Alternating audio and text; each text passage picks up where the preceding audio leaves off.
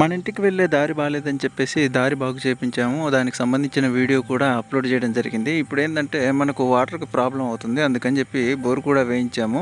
పొద్దున 7:50కి వచ్చింది బండి. 8:00 ఎగ్జాక్ట్ 8:00 వర్క్ అనేది స్టార్ట్ అయిపోయింది. అదే బోరు వేయడం అనేది స్టార్ట్ అయిపోయింది. మా అమ్మ వాళ్ళుండి నన్నే కొబ్బరికాయ కొట్టమని చెప్పారు. సరేలే అని చెప్పేసి కొబ్బరికాయ, పసుపు, కుంకుమ, అగరొత్తులు, కర్పూరం తీసుకొని కొబ్బరికాయ కొట్టడానికి వెళ్ళాను. మనసులో గట్టిగా మొక్కుకొని కొట్టేశానన్నమాట.